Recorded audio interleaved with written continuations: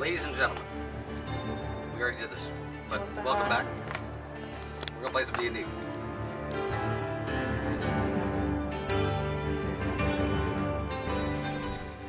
In the mythical land of 1974, where bell-bottoms reigned supreme and disco was at the top of the charts, a man named Gary Gygax set out with his best friend, Dave Arneson, to conjure up the most legendary tabletop game ever.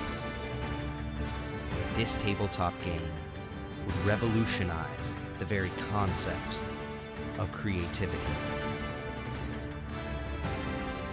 And it was called Dungeons and Dragons. While at first glance, D&D may seem like a complicated mess of rules and papers, in actuality, it's really just a game about creativity. You begin by making your character, someone who you can really play, someone who you would want to be in the fictional world that you've been given. You see, there's always two sides to D&D. On one end, the players, who build their characters and roleplay and immerse themselves within the world. And then, on the other end of the table, is the Dungeon Master. The Dungeon Master's role is to build a world within their mind and conceal information to the players, so that players can drag bits and pieces out of the world. And slowly, through this collective creativity, a story takes form. This was the magic that Gary and Dave wanted to capture, and they did in strides. D&D shot to popularity immediately, and it's only grown since then, with new versions and new ways that the rules have become tightened, more efficient, and more effective. D&D has become a world-taking storm. But how does it all work? Well, first you need a character sheet and some books, though you don't really need them because now in the age of the internet, everything is on your computer. But you're at the very least going to need dice. Specifically, a d20, which is a die with 20 sides. You'll also need a couple other die, some d6s, which are the normal ones, and some other various ones for damage. The rules are pretty simple. Want to do something? Roll a d20, and we'll see what the dice gods decide. Depending on who your character is and what kind of guy you made, you'll have different bonuses depending on the action you're taking.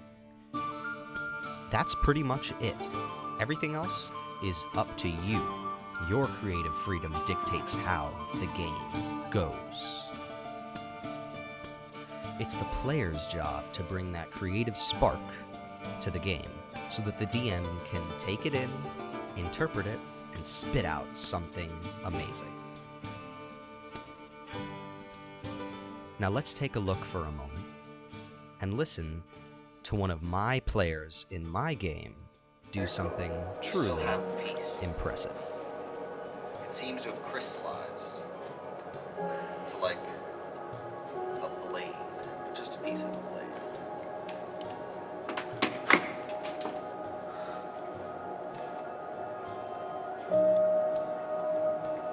I cut time.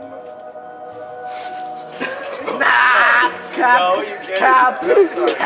I'm sorry, you can't do that. Roll the die, roll the die. Roll the die. No. Roll the die. Let's go. Fuck you. Go on, natural Nice. 20, nat 20, please. 12. No, you do not cut time. You do Fuck, not cut time. You like cut, and the air seems like really pushed aside, and like a little tiny piece of Can't cut plasma time. I develops. cannot cut You don't time. cut No, time. of course not. This guy, bro. He can move a blade of nothing. He goes, I'm gonna cut time. Suddenly becomes... Pretty damn hilarious, huh? Now that you understand how the game works and what you need to do to start, I'm gonna let you go. I hope someday you get to throw yourself into a world just like my players. Happy traveling, and may the journey bring you loot beyond measure, beauty unbelievable to your eyes, and camaraderie that can't be found inside books alone. You know, I don't know. Oh, valley of plenty, so pretty and friendly. Oh, toss a coin to your witcher. Oh, valley of plenty. That's so cute. That was so cute. I love Gerald. That was such a cute bonding moment.